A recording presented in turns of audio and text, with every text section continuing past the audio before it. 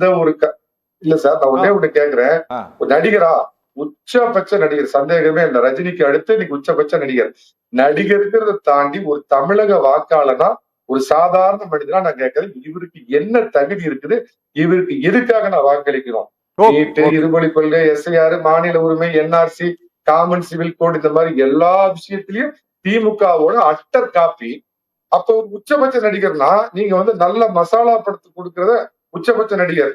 உலக நாயகன் பேர் வாங்கின கமலஹாசன் பாத்தீங்கன்னா புரியாத பேசுவாரு. ஆனா உங்களை விட அற்புதமான நடிகர், உங்களை விட பிஜேபி ஏத்து இந்த டிராமா போடுறதுல சூப்பரா இது பண்ணுவாரு. கொஞ்சம் புரியாம பேசுவாரு.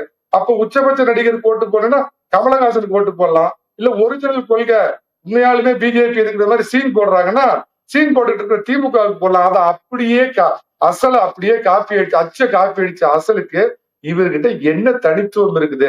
நான் அடிக்கடி சொல்ற மாதிரி அவங்களால திராவிடம்னு பேசி ஏமாத்துறாங்க. பிஜேபி தேசியத்தை பேசுது, இந்துத்துவ பேசுது. திராவிடமும் எங்களுக்கு, தமிழ் தேசியமும் எங்களுக்குன்னு சம்பந்தம் இல்லாத கருவாட்டு சாம்பார் மாதிரி ஒரு கொள்கையை 5 பேர் 5 சமூக தலைவர்கள் ஓட்டு வாங்கறதுக்காக அவங்க போட்டோவை வச்சுக்கிட்டு என்ன கொள்கை இருக்குது? ஒரு நடிகன் என்பதை தாண்டி இந்த நாட்டுக்கு நீ செய்த நல்ல பணி என்ன?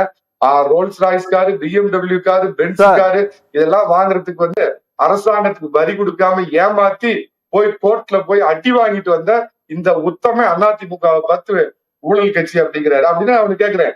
எம்ஜிஆரை கொண்டாடுறாரு, புரட்சி தலைவி அம்மா அவர்களை கொண்டாடுனா புரட்சி தலைவிய ஊழல்வாதின்னு சொல்றாரு. நேற்று வரைக்கும் அதிமுகவில் அம்மாவுக்கு ரூட் மேப் பாயா இருந்த செங்கோட்டையன் இன்னைக்கு விஜய்க்கு டச்சப் பாயா இருக்கிறாரு. அவரு பதில் சொன்னோம். அம்மாவால் உனக்கு வாழ்வு கிடைச்சுன்னா செங்கோட்டையனுக்கு பதில் சொல்றோம். Okay sir.